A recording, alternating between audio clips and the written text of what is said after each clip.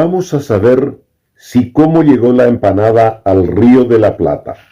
Pero antes, le voy a dar un mordisco a este disco.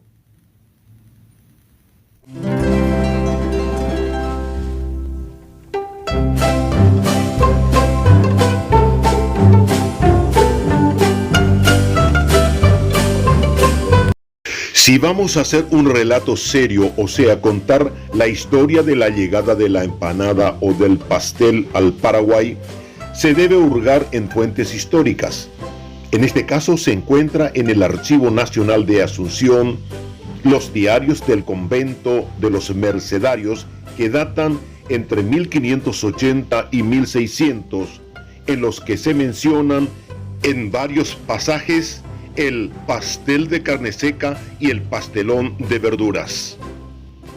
Un dato muy importante sobre la existencia de la empanada de arroz con carne seca en Asunción está en una carta que se conserva en el convento San Francisco de Jesús, Lima, Perú, dirigida al sacerdote recién ordenado en 1576, Hernando de Trejo y Sanabria, hermano de madre del gobernador Hernandarias, enviada por su madre María de Sanabria, hija de la adelantada Mencía Calderón, viuda de Sanabria, llegada a Asunción en 1555. En la misiva, la progenitora pregunta si, entre comillas, no echas de menos las ricas empanadas con arroz y carne seca que bien hacían las cocineras indígenas, cierra de comillas. El mencionado religioso llegó a ser obispo de Tucumán, primer provincial criollo del Perú y cofundador de la Universidad de Córdoba con los jesuitas. Con relación a la otra empanada adaptada a la realidad paraguaya, el pastel mandió, se encuentra nuevamente en una carta escrita por el fray Luis de Bolaños, llegado a Asunción en 1575, enviada a su par guaireño fray Gabriel de Guzmán, nieto del gobernador Irala. Bolaños comparte su preocupación con respecto a la negativa de los indígenas para cultivar el trigo y más aún para consumirlo, ya que los nativos creían que todo alimento blanco contenía veneno al relacionar con la mandioca amarga. Le informó Bolaños que a duras penas cosechan el trigo para uso de la casa parroquial para la elaboración de sus panes y empanadas. Realmente este es un dato muy importante sobre uno de los motivos para que con el correr del tiempo la mandioca y el maíz hayan desplazado al trigo para la masa de la empanada. Y tampoco ningún otro grano traído por los españoles a estas tierras pudo arrinconar a la mandioca y al maíz en todos los platillos tradicionales de la cocina paraguaya hasta hoy día. Por lo tanto, quedó como en segundo plano aquella teoría de que en Paraguay se usaba poco el trigo porque el clima local no era apto.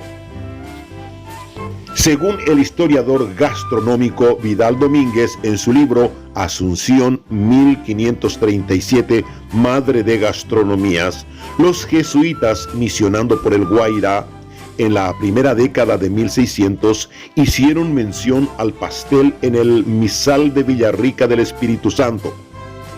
Pareciera que esta tradición guaireña se proyectó hasta el siglo XIX, porque en el libro de la profesora Raquel Livieres de Artecona, en la página 24, está la receta del pastel guaireño y en la página 26 la del pastel de mandioca. Escribió sobre el pastel guaireño, dice: la masa será hojaldras con buena grasa de vaca batida o manteca, pero sin huevos. Se remoja con agua salada.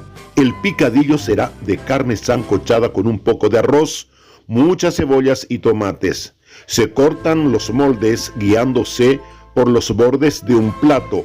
Se le pone el relleno, huevos duros partidos en ruedas grandes sobre el picadillo. Se cierra el pastel, se fríe y se polvorea con azúcar. Cierra comillas. La receta de Raquel para el pastel mandió es como sigue. Se pisa una cantidad de mandioca sancochada caliente con sal y grasa y se le va agregando harina de maíz para formar una masa que pueda amasarse. Una vez bien amasada, se estira con el palote, polvoreándolo con cada lado con harina de maíz. Y bien estirada la masa, se cortan del tamaño que uno quiere y se carga con picadillo como cualquier otro pastel. Se fríen en poca grasa. Además, en la página 60 se encuentra la receta de la empanada de vigilia 1860, a base de pescado, huevos y vegetales.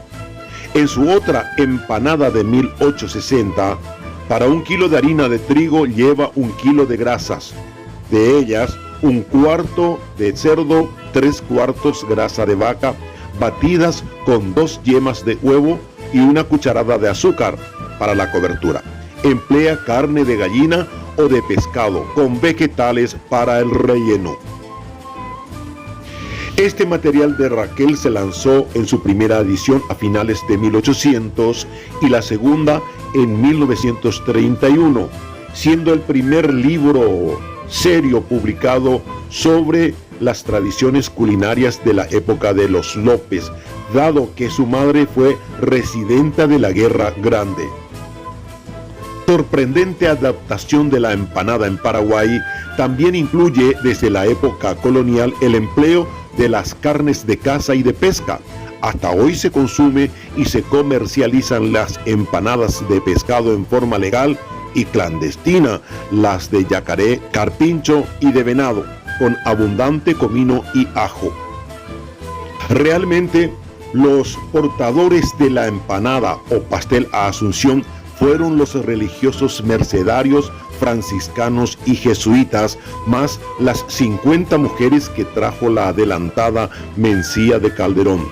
Sin embargo, fuentes argentinas confirman que la empanada fue traída por don Pedro de Mendoza y resulta que no fue así, porque las 2.000 personas que acompañaron al adelantado, más de la mitad falleció en pocos meses en la primera Buenos Aires por enfermedad y hambre, acorralados por 4 naciones indígenas que, por prepotencia y maltrato de los españoles, se volvieron sus enemigos, que además de cortarles el suministro de alimento, les quemó la ciudad. 400 hombres intentaron volver a España acompañando a don Pedro en 1537. Algunas familias corajudas se alejaron de la arruinada ciudadela para resistir y 100 soldados se quedaron en un barco. De estos 100, al trasladarse a Corpus Christi, fallecieron por el camino 50, también por hambre y enfermedad. Dichos sobrevivientes luego fueron trasladados a Asunción por orden de Irala, quien también en 1541 trasladó a todas las familias que resistieron en Buenos Aires, cultivando solamente mandioca y maíz. Así, la pobre empanada se había borrado de la mente de los acompañantes de don Pedro de Mendoza. El origen más profundo de la empanada está en los papiros, jeroglíficos y mosaicos egipcios, con una antigüedad que estaría datando en la centuria de 1700 años antes de Cristo. Pero según la historia, las primeras referencias de masas o panes rellenos datan de hace más de 4000 años, dado que era una tecnología culinaria fácil para conservar guisos o carnes dentro de panes y ser transportada por pastores, viajeros persas, egipcios, indios, musulmanes y griegos.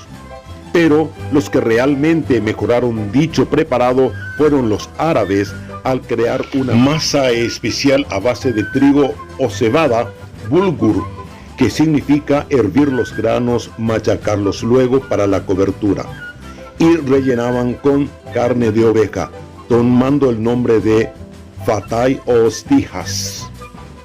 En el año 711 después de Cristo, con la conquista musulmana, los árabes enriquecieron la cocina española con la incorporación de los hojaldres, almíbar, alfajores y empanadillas. Muy pronto se destacó la empanada gallega como una cocina adaptada a la realidad española. Con la rápida expansión de este tesoro en cofre en el viejo mundo, cada país, cada región la ajustó a lo que se producía y le dieron nombres propios. Se tienen los calzone italianos, las empanadas gallegas, los trik tunecinos, los borek turcos, las tijas o fatayers árabes, la francesa pâté y los patíes británicos, que posiblemente del francés y del inglés surgió el término pastel como sinónimo de empanada.